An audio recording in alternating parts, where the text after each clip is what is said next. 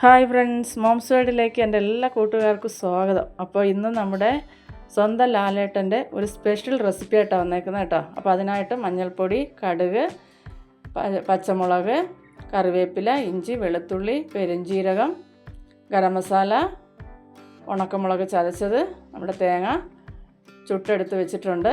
അതുപോലെ തന്നെ ചുവന്നുള്ളി, വെളിച്ചെണ്ണ, ഉപ്പ്, പിന്നെ ആവശ്യത്തിനായിട്ടുള്ള സാധനം എല്ലാം ഞാനിവിടെ എടുത്ത് വെച്ചിട്ടുണ്ട്. അപ്പോൾ ഇനി ഇതെല്ലാം നമുക്കൊന്ന് ചതച്ചെടുത്തിട്ട് വരാം. അപ്പോൾ നിങ്ങൾക്ക് വീഡിയോ ഇഷ്ടപ്പെടുവാണെങ്കിൽ ഒന്ന് ലൈക്ക് ചെയ്യാനും മോംസ് വേൾഡ് എന്ന ഈ കൊച്ചു ചാനലൊന്ന് സബ്സ്ക്രൈബ് ചെയ്യുവാനും തൊട്ടടുത്തുള്ള ബെൽ ബട്ടൺ ഒന്ന് അമർത്തി ഓൾ എന്നുള്ള ഓപ്ഷൻ എനേബിൾ ചെയ്യാനും മറന്നു പോവല്ലേ. എന്നാൽ നമുക്ക് വീഡിയോയിലോട്ട് പോയാലോ.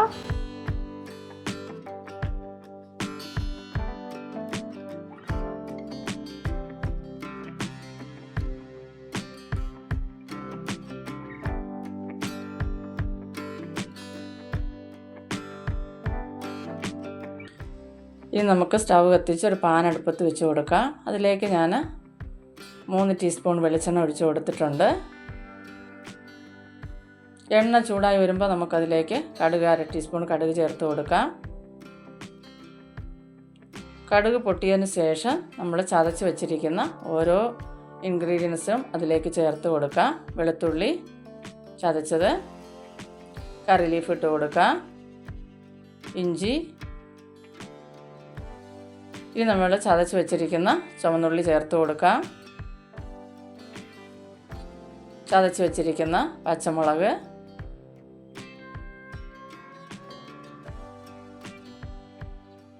ഇനി ഇതിലേക്ക് നമുക്കൊരല്പം ഉപ്പും കൂടെ ഒന്ന് ചേർത്ത് കൊടുത്ത് വഴറ്റാം.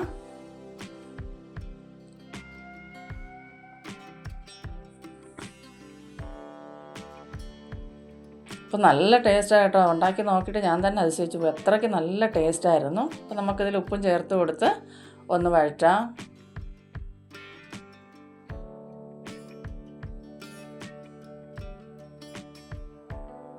ഇതെല്ലാം ഒന്ന് വഴന്ന് വന്നതിന് ശേഷം നമുക്കിതിലേക്ക് 1/2 ടീസ്പൂൺ മഞ്ഞൾപ്പൊടി ചേർത്ത് കൊടുക്കാം. എടുത്തു വച്ചിരുന്നതായ പെരുംജീരകം ചേർത്ത് കൊടുക്കാം. അതൊരു 3/4 ടീസ്പൂൺ വരും കേട്ടോ. ഇനി നമുക്കിതിലേക്ക് കുരുമുളക് പൊടി,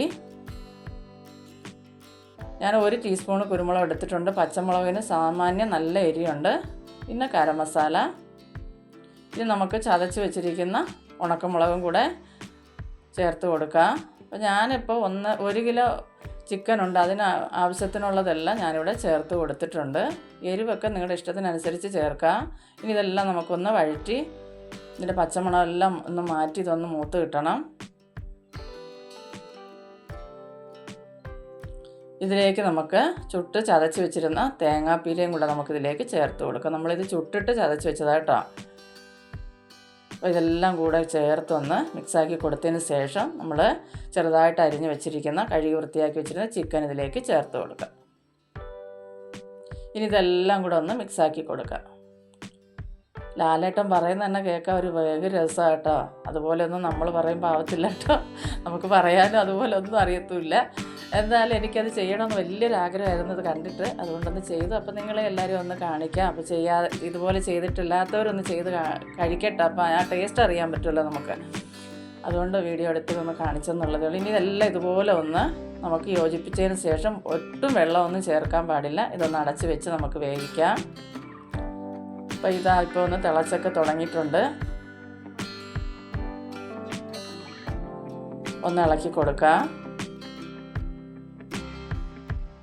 ഞാനൊരു അല്പം ഉപ്പ് മാത്രമേ നേരത്തെ ചേർത്തിട്ടുണ്ടായിരുന്നു കേട്ടോ. അപ്പോൾ കുറച്ചുകൂടെ ഉപ്പൊക്കെ ചേർത്ത് കൊടുത്തതിന് ശേഷം വീണ്ടും നമുക്ക് ഒന്ന് യോജിപ്പിച്ച് കൊടുത്ത് അടച്ച് വെച്ച് വേവിച്ചെടുക്കാം. അപ്പോൾ ഇടയ്ക്കിടയ്ക്ക് ഒന്ന് ഇളക്കി കൊടുക്കുക. പാനിലായതുകൊണ്ട് അടി പിടിക്കത്തില്ല ഒട്ടും. അതാ ഇതുപോലെ നമുക്കൊന്ന് ഇളക്കി ഞാൻ അത്രയും സമയമൊന്നും കാണിക്കാൻ പറ്റത്തില്ലല്ലോ. അതുകൊണ്ട് ഇളക്കി ഈ പരുവത്തിലൊന്നാക്കി എടുത്തിട്ടുണ്ട്. കുറച്ച് നേരം കൂടെ നമുക്കിതൊന്ന്